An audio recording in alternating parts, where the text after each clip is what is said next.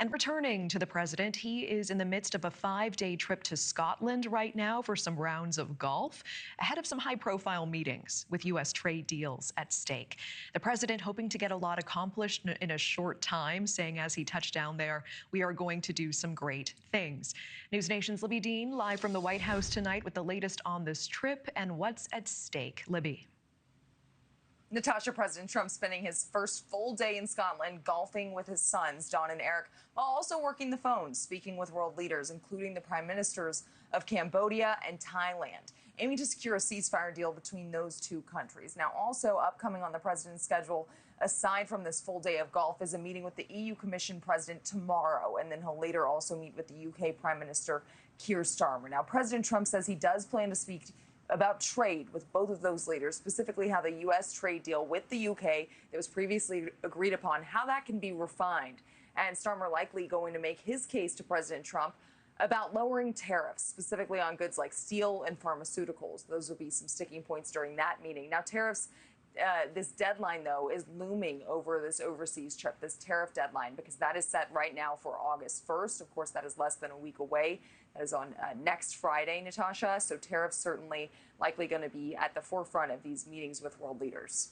Natasha. Yeah, Libbey, appreciate that. And meanwhile, the UK Prime Minister is pressing for more humanitarian aid for the people of Gaza. We are seeing these reports of mass starvation there. What are you learning about this ahead of the meeting with Trump?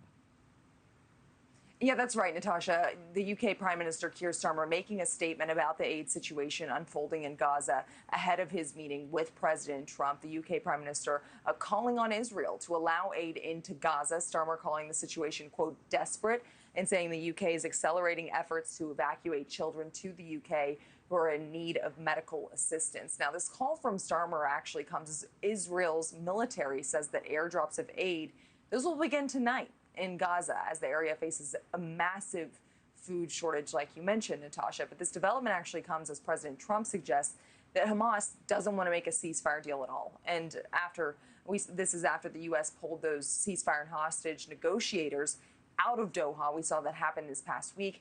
Here's the president on Friday. Hamas didn't really want to make a deal. I think they want to die. And it's very, very bad. Are you done with it got to be to a point where you're going to have to finish the job.